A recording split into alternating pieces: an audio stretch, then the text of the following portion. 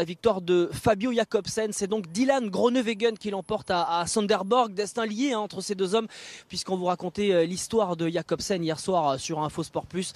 Et c'est bien Groenewegen qui avait été responsable, coupable de sa grave chute sur le Tour de Pologne il y a 2 ans. On se souvient que Groenewegen avait été suspendu pendant plusieurs mois par l'UCI après cet accident. Il avait reçu aussi des menaces de mort. C'est une période compliquée pour lui et c'est aussi une espèce de résurrection pour lui sous ses nouvelles couleurs. Lui, l'ancien sprinter de la Jumbo qui avait gagné notamment sur les Champs-Élysées en 2017. Les sprinters ont eu le dernier mot ici à Sønderborg. Ça sera peut-être aussi le cas sur un parcours qui sera un petit peu plus accidenté. Mardi, ça se passera à Calais pour l'arrivée, on est très pressé, du Tour de France en France.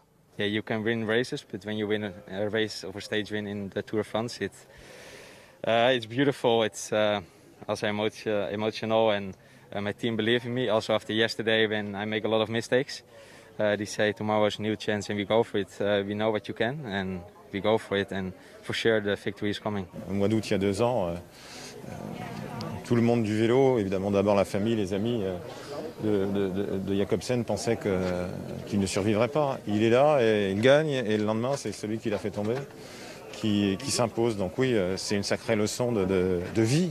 C'est beau pour tout le monde de se dire qu'il ne faut pas lâcher, il faut se battre, que ce soit dans le sport ou dans d'autres domaines, que si on y croit, on peut toujours s'en sortir. Mais ouais, je les imaginais se croiser ce soir ou demain. Ça va être fort pour eux aussi, c'est certain.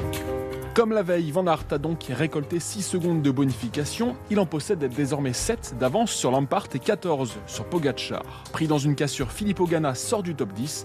Premier français, Romain Bardet, 24e à 52 secondes.